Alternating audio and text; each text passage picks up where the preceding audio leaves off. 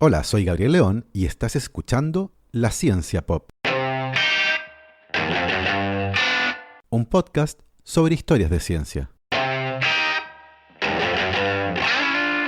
Este fin de semana es Halloween y este año, tal como el año pasado, tenemos un episodio especial. Si lo recuerdan bien, el año pasado dimos un paseo por una casa embrujada. Hablamos de arañas, sonidos tenebrosos y zombies. Este año he decidido que vamos a hacer algo parecido y los quiero invitar a dar un paseo. Pónganse cómodos y apaguen las luces, porque aquí empieza el especial de Halloween de la Ciencia Pop. Y les recuerdo que si les gusta este proyecto y lo quieren apoyar, lo pueden hacer a través de mi página en Patreon. Para eso vayan a www.patreon.com/lacienciapop y se pueden inscribir para hacer un aporte mensual a este podcast.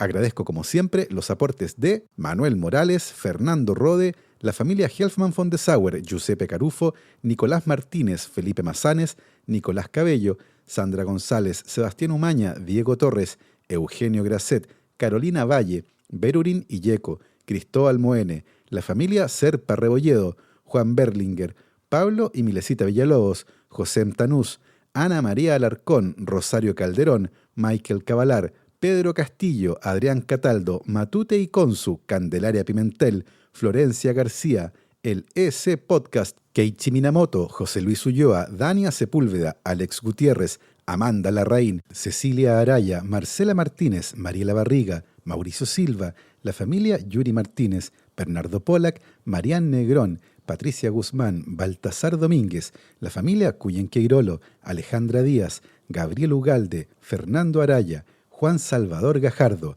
la familia de la Cruz Morales, José Manuel Viveros y Michelle Baró.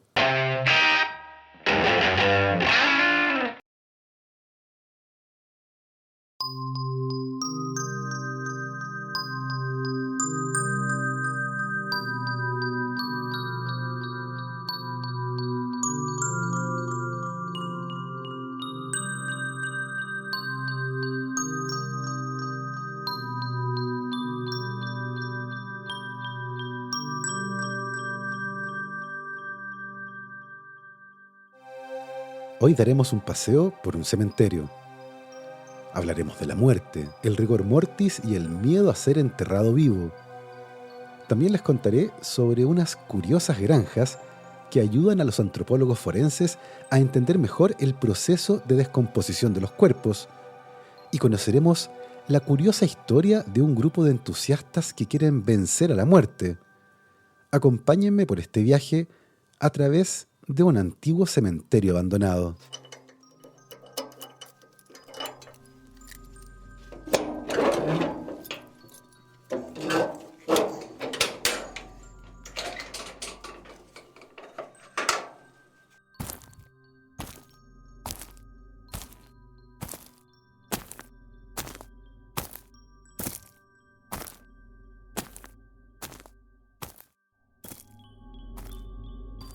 Los cementerios son parte de las ciudades tal como la muerte es parte de la vida, el destino final. La palabra cementerio viene del griego y quiere decir literalmente lugar para dormir, y desde el punto de vista histórico, nacen como la necesidad de disponer de manera higiénica, ordenada y ceremoniosa de los cuerpos de quienes han muerto. Los cementerios se han convertido en lugares muy interesantes e incluso se ofrecen paseos para conocerlos mejor. Pero claro, pasear de noche por un cementerio abandonado puede ser un panorama poco alentador para muchos, sobre todo en Halloween. Pero la verdad, no hay nada que temer. Los muertos no hacen nada. Son de los vivos que nos deberíamos cuidar, y todos los que están enterrados en este cementerio están muertos. ¿O no?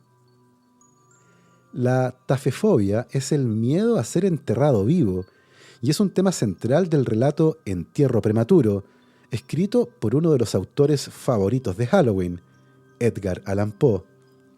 Así lo describió: la insoportable opresión de los pulmones, las emanaciones sofocantes de la tierra húmeda, la mortaja que se adhiere, el rígido abrazo de la estrecha morada, la oscuridad de la noche absoluta, el silencio como un mar que abruma, la invisible pero palpable presencia del gusano vencedor. Estas cosas, junto con los deseos del aire y de la hierba que crecen arriba, con el recuerdo de los queridos amigos que volarían a salvarnos si se enteraran de nuestro destino, y la conciencia de que nunca podrán saberlo, de que nuestra suerte irremediablemente es la de los muertos de verdad. Estas consideraciones, digo, llevan el corazón aún palpitante a un grado de espantoso e insoportable horror ante el cual la imaginación más audaz retrocede. No conocemos nada tan angustioso en la tierra. No podemos imaginar nada tan horrible en los dominios del más profundo infierno.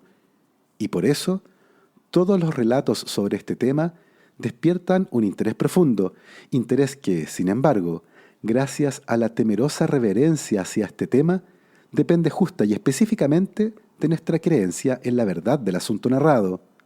Lo que voy a contar ahora es mi conocimiento real, mi experiencia efectiva y personal.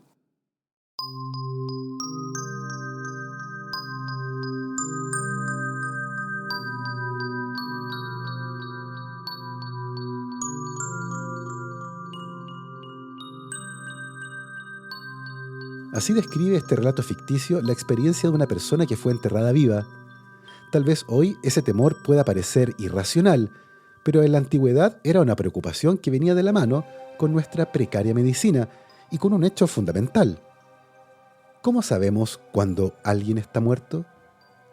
La muerte se ha definido como el cese total e irreversible de las funciones biológicas de un organismo. Si bien a escala celular muchos procesos continúan después de la muerte clínica, es cosa de tiempo para que, en ausencia de oxígeno y nutrientes, las mismas células empiecen a morir. Rápidamente cesa el crecimiento, y esa idea de que el pelo y las uñas siguen creciendo luego de morir es un mito. Sí, es cierto que en apariencia el pelo y las uñas crecen, pero es solo un efecto que se produce por la deshidratación de los tejidos, lo que produce la retracción de la piel, y con eso, la sensación visual de que el pelo y las uñas han seguido creciendo. El gran problema con la muerte es que durante parte importante de la historia, establecer cuándo alguien había muerto era muy complejo. Las historias sobre personas enterradas vivas se remontan a la antigua Roma, y hay relatos relativamente creíbles en textos de la Edad Media que describen el entierro accidental de personas que se creía estaban muertas, pero solo estaban muy borrachas, o bien en estados que hicieron creer que habían muerto. El siglo XVII fue testigo de una suerte de epidemia de entierros prematuros, probablemente vinculado con el hecho de que el colapso y la muerte aparente eran frecuentes durante las epidemias de peste, cólera y viruela. Existen innumerables relatos de esa época de entierros prematuros, pero muchos de ellos son imposibles de confirmar. Por ejemplo, está la historia de Marjorie Elphinstone, que supuestamente murió a inicios del siglo XVII y fue enterrada en un pueblo de Escocia. Cuando ladrones de tumbas quisieron robar las joyas enterradas con ella, el supuesto cadáver comenzó a gemir. Los ladrones huyeron despavoridos y Marjorie se levantó, caminó a casa y sobrevivió a su esposo por 6 años. Al otro lado del Atlántico, la iglesia presbiteriana de la isla Edisto es una de las más hermosas de Carolina del Sur, en Estados Unidos. También es posiblemente una de las más embrujadas, o al menos eso cuentan los lugareños.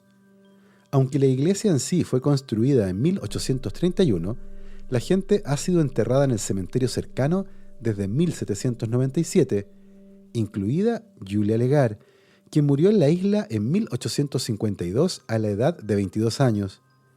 Según la leyenda, Julia enfermó de difteria y más tarde fue declarada muerta. La trágica muerte a una edad tan temprana se apoderó de la familia Legar, que la enterró en el mausoleo familiar. Lamentablemente, 2 años más tarde, otra muerte golpeó a la familia, y cuando los Legar abrieron el mausoleo para el entierro, hicieron un descubrimiento macabro. En una esquina del mausoleo había un montón de huesos y los restos del vestido con el que fue enterrada Julia. La familia llegó a la horrorosa conclusión de que Julia Legar había sido enterrada viva y que murió probablemente de hambre poco después, mientras intentaba salir del mausoleo. Hoy, el mausoleo de la familia Legar ya no tiene puerta.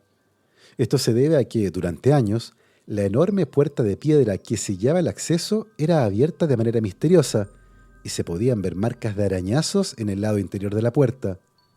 Cada vez que la pesada puerta estaba abierta, los encargados de la iglesia la cerraban y la aseguraban, solo para encontrarla abierta al día siguiente.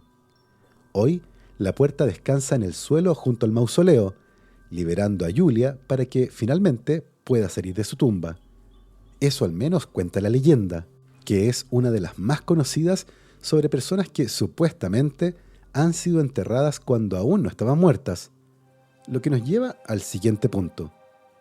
Uno de los desafíos más grandes para definir la muerte es que primero tenemos que poder distinguirla de la vida, o mejor dicho, definir en qué momento termina la vida.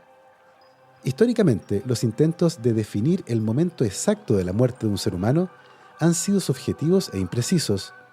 La muerte se definió en algún momento como el cese de los latidos del corazón y de la respiración, pero el desarrollo de la resucitación cardiopulmonar y la desfibrilación han hecho que esa definición sea inadecuada, porque la respiración y los latidos del corazón a veces sí se pueden reiniciar. Los críticos de esta definición de muerte afirman que si bien el cese de estas funciones puede ser permanente, no significa que la situación sea irreversible, porque si se aplicara la resucitación cardiopulmonar, la persona podría ser revivida. Además, los acontecimientos que estuvieron causalmente vinculados a la muerte en el pasado ya no matan en todas las circunstancias.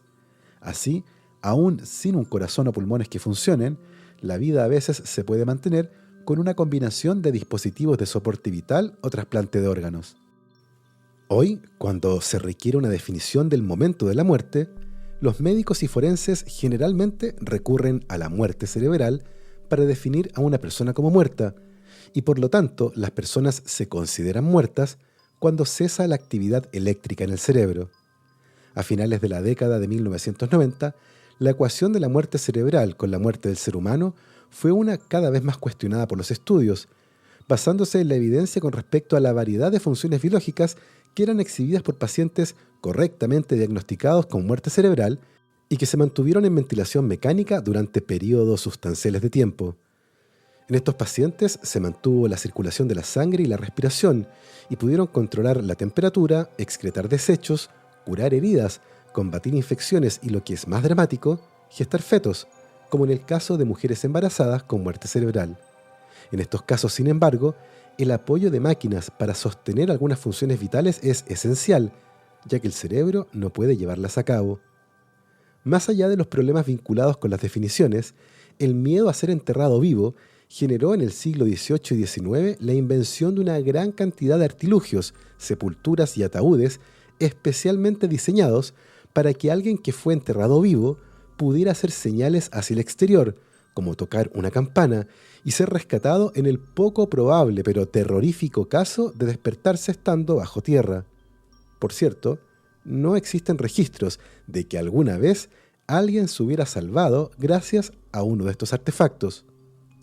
A tal punto llegó el miedo a ser enterrado vivo que en 1896 se fundó en Londres la Asociación para la Prevención del Entierro Prematuro, presidida por William Tell, un empresario inglés y férreo opositor a las vacunas, un tipo preocupado de las causas más útiles y nobles. A partir de fuentes médicas contemporáneas, William Tell aseguró que recopiló 219 casos de escape estrecho del entierro prematuro, 149 casos de entierro prematuro real, 10 casos en los que los cuerpos fueron diseccionados accidentalmente antes de la muerte y 2 casos en los que se embalsamaron cuerpos de quienes aún no habían muerto. Cuando el propio Tell murió en 1917, había dejado instrucciones muy claras. Su cuerpo debía ser cremado solo después de que mostrara evidentes signos de descomposición, por lo que fue velado durante una semana. Lo que nos lleva a otro tema fascinante. Sigamos caminando.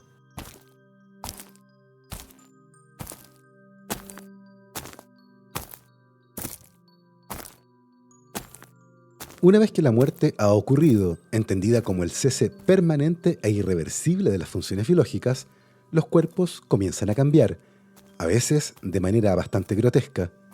La tanatología es la ciencia que estudia esos cambios, ciencia que fue impulsada por el gran científico de la Rusia imperial, Eli Mechnikov. Mechnikov era un tipo brillante. Parte importante de su carrera la dedicó al estudio del sistema inmune y logró importantes avances en este campo, como el reconocimiento de la respuesta inmune innata y el papel de los fagocitos, las células del sistema inmune que son capaces de comerse a bacterias completas, proceso llamado fagocitosis. Mechnikov ganó el Premio Nobel de Medicina en 1908 por sus importantes contribuciones en este campo, pero además fue uno de los fundadores de la gerontología, la ciencia que estudia el envejecimiento y la longevidad, y uno de los primeros proponentes del uso de probióticos, específicamente del consumo de lactobacillus, bacterias involucradas en los procesos de fermentación de la leche. Mechnikov murió en 1916 y dejó instrucciones para que su cuerpo fuera donado a la ciencia, el que fue usado en investigaciones biomédicas y luego cremado. Sus cenizas descansan actualmente en la biblioteca del Instituto Pasteur. Y claro, otro de los aportes de Mechnikov fue el estudio de lo que ocurría con los cuerpos luego de morir y la definición de varias etapas distintivas, las que no son consecutivas, sino que muestran diferentes niveles de solapamiento. La primera es pallor mortis, que corresponde al color pálido que algunas pieles adquieren rápidamente luego de la muerte y que se produce por el colapso de la circulación capilar superficial del cuerpo. Este proceso ocurre casi inmediatamente luego de la muerte y se extiende por un par de horas. Luego de eso está el algor mortis, que corresponde al descenso de la temperatura corporal hasta alcanzar la temperatura ambiente. Luego viene el rigor mortis, probablemente la más conocida, que corresponde a la contracción generalizada de los músculos en una posición rígida, efecto que se da debido a que, en ausencia de actividad biológica, los músculos pueden seguir contrayéndose, pero no se pueden relajar. El rigor mortis ocurre normalmente unas 12 o 13 horas luego de la muerte, pero más adelante los músculos se vuelven a relajar, básicamente porque se empiezan a degradar, algo que ocurre entre 48 y 60 horas después de la muerte.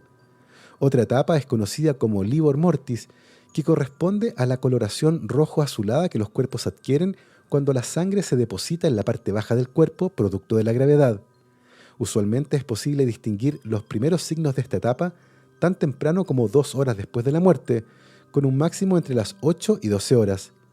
Este signo además es el que usan los forenses para saber si un cuerpo ha sido movido. Por ejemplo, si un cuerpo se encuentra tendido boca abajo, pero la sangre está acumulada en la espalda, el forense puede determinar que ese cuerpo originalmente estuvo boca arriba durante el proceso de livor mortis. Todas estas etapas tienen rangos de tiempo amplios que además cambian dependiendo del cuerpo y del lugar en donde éste se encuentre. Sin embargo, en ocasiones, el análisis de todos estos parámetros permiten determinar una hora de muerte aproximada. Luego de todas estas etapas con nombres en latín, viene lo inevitable. La gran mayoría de los humanos que han vivido alguna vez comparten el mismo destino después de la muerte, la descomposición. A menos que su cuerpo sea congelado, cremado o destruido después de la muerte, inevitablemente será consumido por bacterias, insectos y animales, los que reciclan la sustancia orgánica en nuevas formas de vida. Después de la muerte, la descomposición libera carbono en el aire, el suelo y el agua. Los seres vivos capturan este carbono liberado para construir nueva vida.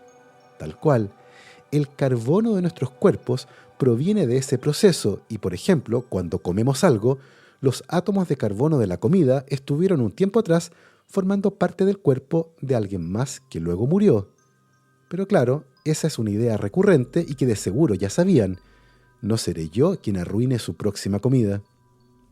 El primer estudio conocido de la descomposición del cuerpo humano forma parte de un libro escrito por un juez chino a mediados del siglo XIII y titulado Colección de casos de injusticia rectificada, que es un tratado forense que describe, entre otras cosas, los principios básicos de la autopsia, cómo examinar el cuerpo y determinar la causa de muerte, por ejemplo. Este trabajo fue seguido finalmente por una serie de científicos europeos que exhumaron cuerpos en la década de 1800 y observaron por primera vez las etapas específicas que experimenta el cuerpo humano a medida que se descompone. Estos estudios hicieron generalizaciones amplias sobre la descomposición basadas en solo unos pocos cuerpos. A lo largo de la década de 1970, los científicos forenses todavía basaban gran parte de su trabajo en lo que se sabía de investigaciones que involucraban cadáveres de cerdos, y estos datos eran usados para hacer análisis forenses vinculados con la descomposición de un cuerpo humano. Pero la verdad es que nadie había visto nunca de primera mano cómo un cuerpo humano se descomponía al aire libre, desde el principio hasta el final. Eso cambió en 1980 en la Universidad de Tennessee, donde el antropólogo forense William Bass fundó la primera granja de cuerpos. Bass tuvo la idea después de ser llamado para ayudar a la policía en un caso de asesinato. Habían encontrado una tumba de la época de la Guerra Civil, pero la policía sospechaba que el cuerpo en ella era reciente y que había sido intercambiado por el cuerpo original para ocultar un asesinato. Bass analizó la ropa del cuerpo y otros factores y descubrió que no era el caso, pero quedó preocupado por nuestro conocimiento incompleto de la descomposición humana. Así que comenzó a recolectar cuerpos. El primero fue el de un hombre de 73 años que había muerto de una enfermedad cardíaca y que fue dejado al aire libre en una granja abandonada que había sido donada a la universidad, a las afueras de Knoxville. Eventualmente, Bass y sus estudiantes cercaron una zona de media hectárea en la propiedad y comenzaron a estudiar varios cuerpos a la vez. A lo largo de los años, los investigadores de las granjas de cuerpos de Tennessee han estudiado más de 700 cuerpos y legitimaron el estudio de la descomposición del cuerpo humano, estableciendo de paso gran parte de lo que ahora sabemos respecto de este proceso. Y justamente uno de los signos característicos de la descomposición de los cuerpos es la producción de algunas moléculas volátiles de olor muy fuerte y que son las que se asocian usualmente con la muerte.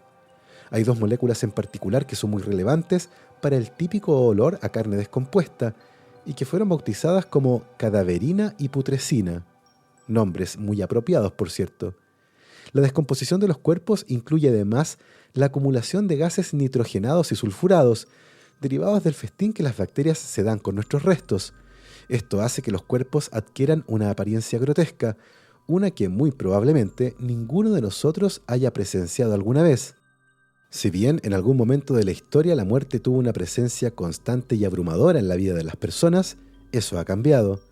La mayor parte del tiempo morimos en hospitales y nuestros cuerpos son cremados o enterrados mucho antes de que aparezcan los signos más evidentes de la descomposición, una área que sigue siendo compleja desde el punto de vista de la evidencia, y hay mucho que todavía no sabemos. Por ejemplo, el calor y la humedad afectan a la tasa de descomposición de un cuerpo, lo que significa que el proceso varía de una región a otra. Además, las proporciones de los cuerpos humanos en general siempre están cambiando y hoy, en gran parte debido al aumento de las tasas de obesidad, eso se ha acentuado.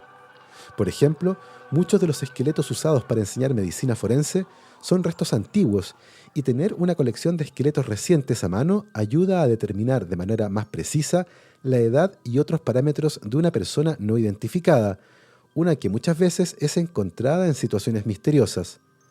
Así ocurrió el año 2008, cuando en Estados Unidos aparecieron los restos decapitados de una persona no identificada. El análisis de los huesos largos de las piernas permitió detectar que estos eran mucho más delgados de lo normal y estaban unidos al cuerpo en un ángulo inusual. Al compararlos con los especímenes recientes de la colección de la Universidad de Tennessee, quedó claro que estos defectos óseos eran el resultado de un periodo prolongado de tiempo estando sentado, muy probablemente en una silla de ruedas. La policía publicó entonces este dato, recalcando que los restos sin identificar eran probablemente de una mujer en silla de ruedas. El caso se abrió cuando un vendedor de silla de ruedas escuchó esto y llamó a la policía, diciendo que tenía una clienta que no había asistido al último ajuste de su silla y que además había dejado de devolver sus llamadas. Gracias a este dato, la mujer finalmente pudo ser identificada. Sigamos caminando. Nos estamos acercando al final de este recorrido.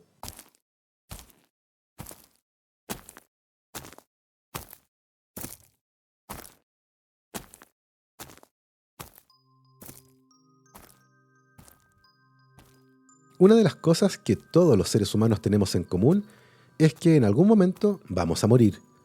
Un accidente, enfermedades incurables o sencillamente la fatiga de material asociada a la vejez tarde o temprano nos mirarán de frente. Sin embargo, la idea de engañar a la muerte parece tener una presencia universal y constante en la historia, y entre esas ideas, probablemente la más conocida, sea la criogenia. La década de 1960 vio nacer grandes avances científicos y de la mano con eso, ideas sobre un futuro dominado por la ciencia y los grandes avances tecnológicos. La ciencia ficción contribuyó enormemente a esta corriente de pensamiento, y las ideas que iban desde autos voladores a los grandes y asombrosos avances de la medicina del futuro moldearon la década. Se pensaba que la medicina del futuro sería todopoderosa y que podría hacer, entre otras cosas, que por fin derrotáramos a la muerte. El problema que muchos veían con esto es que eso solo ocurriría en el futuro lejano. ¿Qué pasaría con aquellos que morirían antes de poder disfrutar de estos avances? En 1931, un niño de 12 años leyó en una revista de ciencia ficción una historia sobre un hombre cuyo cuerpo fue enviado al espacio, donde quedó en órbita congelado de manera indefinida. Millones de años después, una nueva especie de humanos robotizados encontró el cuerpo, reparó su cerebro y lo revivieron. Ese niño se llamaba Robert Ettinger y llegó a la conclusión de que antes de que él fuera un anciano, los científicos encontrarían una manera de curar todas las enfermedades y el secreto de la juventud eterna. Sin embargo, a medida que comenzó a crecer, se dio cuenta que sus estimaciones con respecto a estos avances eran demasiado optimistas y que a la ciencia le tomaría tal vez cientos de años alcanzar ese nivel de conocimientos con respecto a la vida eterna. Robert Ettinger concluyó entonces que la única forma de poder disfrutar de esos avances era congelando su cuerpo luego de morir, para que en un futuro distante fuera descongelado, reparado y revivido. En 1962, Robert Ettinger autoeditó un libro titulado El prospecto de la inmortalidad. En ese libro, Ettinger propuso que la muerte se parecía más a una enfermedad que a un destino final e inevitable, y que podía curarse. Agregó que un hombre podría congelarse hoy y luego descongelarse siglos en el futuro, donde existiría la tecnología para lograr la inmortalidad. Esta versión autoeditada llamó la atención de una gran editorial, la que le envió el manuscrito a Isaac Asimov, uno de los autores de ciencia ficción más importantes de la historia, que además era químico y doctor en bioquímica. Asimov leyó el texto e informó que lo que se describía era potencialmente factible, y el manuscrito fue publicado por la editorial en 1964, generando un gran impacto mediático.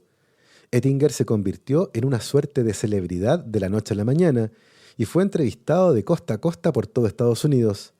Así, la idea de la criogenia se instaló en el cerebro de muchos, y uno de ellos fue Bob Nelson.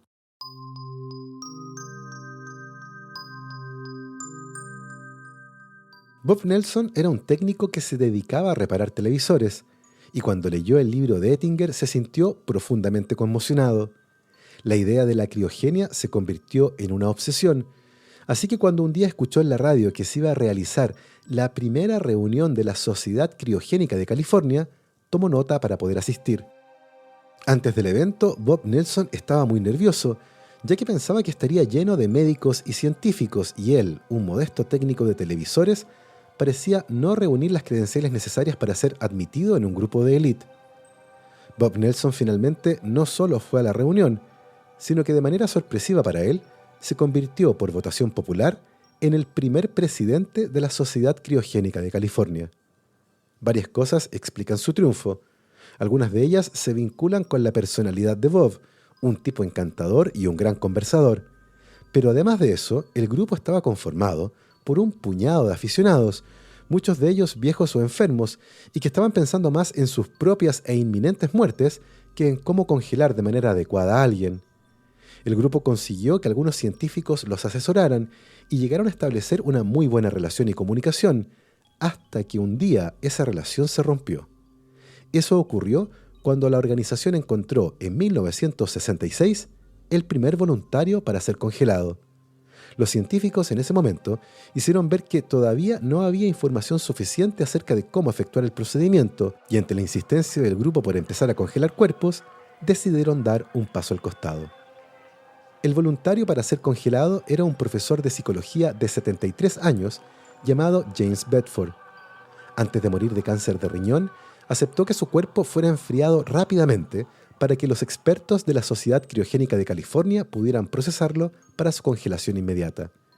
Cuando digo expertos, claramente estoy exagerando, y la verdad es que el grupo no estaba preparado para este enorme desafío. Por un lado, la cápsula criogénica que habían diseñado y mandado a construir en Arizona todavía no estaba lista cuando Bedford murió, por lo que Bob Nelson no tuvo más remedio que improvisar.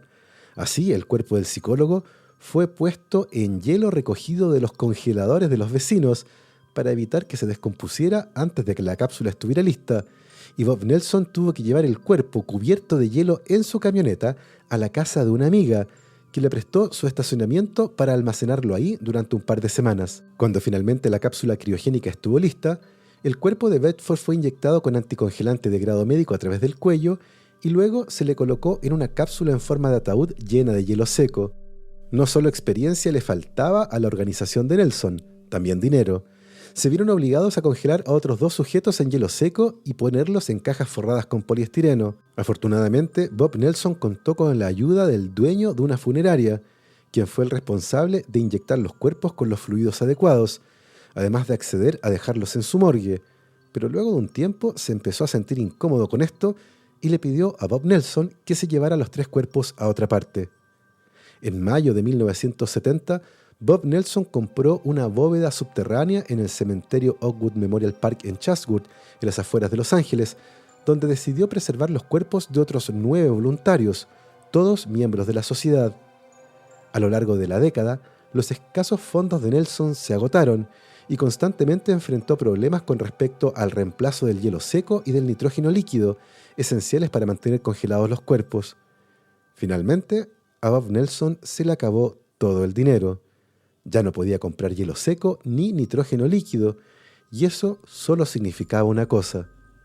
Desesperado y completamente abatido, en marzo de 1979, Bob Nelson cerró la bóveda con candado y se fue para nunca más volver. Dentro de la bóveda dejó 9 cuerpos que lentamente se descongelaron y luego se descompusieron. El cementerio finalmente cubrió la entrada a la bóveda con césped y negó tener registros de la misma. Bob Nelson fue demandado por las familias de los ya no congelados y se le presentó en la corte como una suerte de guía espiritual y gurú religioso, uno que prometía la vida eterna a sus asociados. Mentalmente agotado y en bancarrota, Bob Nelson abandonó la criogenia, se fue de Los Ángeles y se cambió el nombre.